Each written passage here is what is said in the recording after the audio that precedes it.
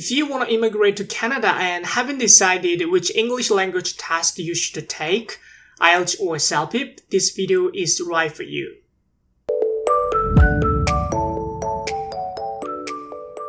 Hey everybody, I'm Theo. Today I'm going to talk about why I changed to CELPIP even though I studied for IELTS for a while. In the previous video, I compared the general features of IELTS and CELPIP, so if you want to know the general difference between the two, please check out the previous video.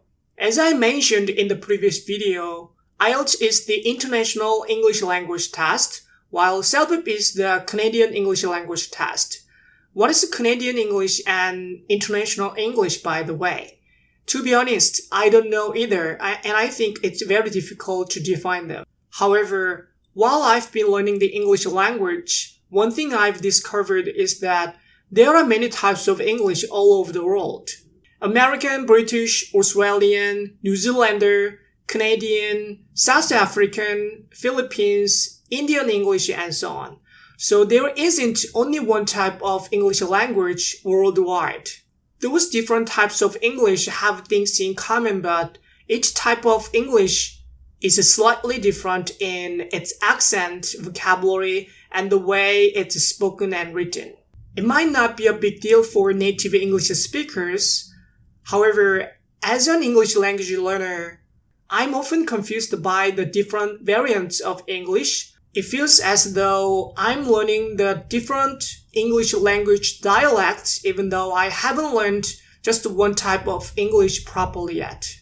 Among these various English languages, I've been learning what is called North American English.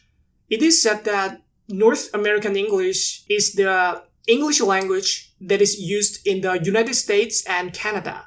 The reason why I've been learning North American English is that most of the English language contents I enjoy, such as books, movies, and TV series, are from the United States. Most of all, I came to live in Canada last year, thus I definitely need to learn North American English so that I can live a life in this English-speaking country.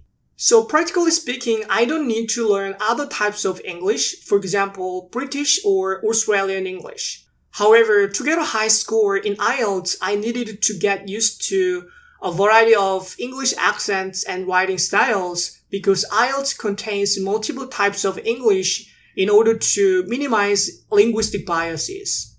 When it comes to the accents in the IELTS listening test, it is said that they are 80% British, Australian, and New Zealander English, while 20% are others, mostly American English. When I studied for IELTS, I sometimes felt frustrated. That's because the English language in IELTS was very different from the type of English I heard in my daily life.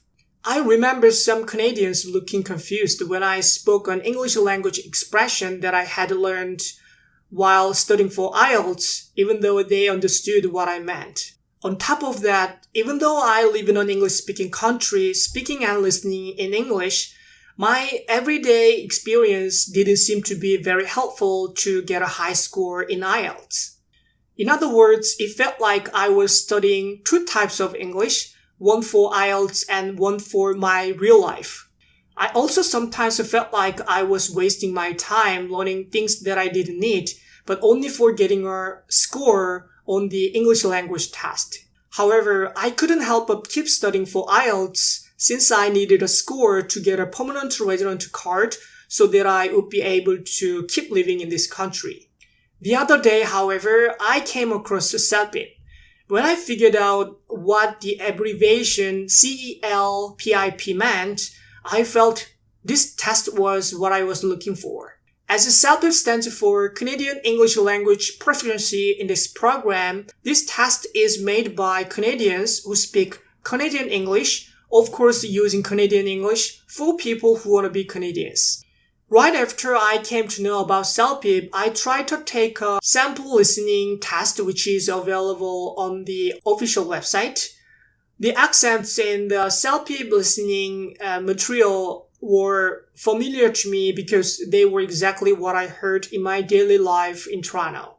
I was also familiar with situations in the test materials. For example, a conversation between a bus driver and a passenger when a bus has broken down. There was a listening section in which a test taker has to listen to a news program and answer the following questions. And the news was about a real issue in Canadian society. As you know, context is very important when you learn English. Even though say the exact same thing, it can mean something totally different according to the situation or context. In that sense, CELPIP is very helpful for me to improve my English language skills so that I can settle down in this city, because CELPIP consists of situations that happen in daily life in Canada. I'm pretty sure you are interested in immigration to Canada, seeing as you're watching this video. I think we, soon to be official immigrants in Canada, should learn English in a practical way. What I mean by that is we should learn and improve our English language skills so we can live in this country without having language issues. Of course, we need an English language test score to get a permanent resident card or citizenship in Canada. However, I believe that shouldn't be the ultimate reason for us to study English. The English language skills can have a huge impact on our life qualities in this English-speaking country. In addition, as immigrants, we're so busy working, studying, and settling down in this new place. I think we shouldn't waste our time studying on English only for an English language test. To put it another way, the time and energy we put in studying for an English language test should also be helpful for us to improve our English language skills so we can apply the language skills to our real life in Canada. Actually, this is why CELPIP was made, and I think CELPIP has achieved this goal to some extent.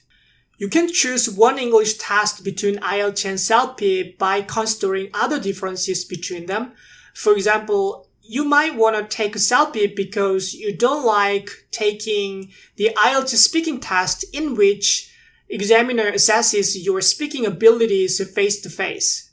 Or you might want to take IELTS because you think there aren't enough study materials for CELPIP, which is just perception in my opinion.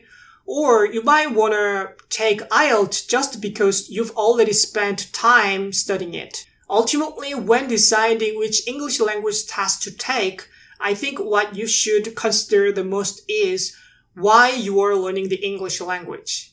To reiterate, I've been learning the English language so that I can settle down and live in this English-speaking country, Canada. In that sense, I thought I should the CELPIP test not only to get a permanent resident card, but also to improve my English language skills. That is something I really need.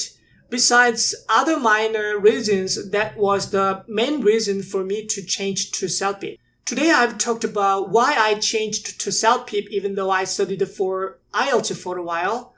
I'll keep sharing my experience as a CELPIP test taker in a few months in this video series. Please subscribe to my YouTube channel and my blog likearhino.com so you don't miss out. Thank you for watching this video and I hope to see you next time.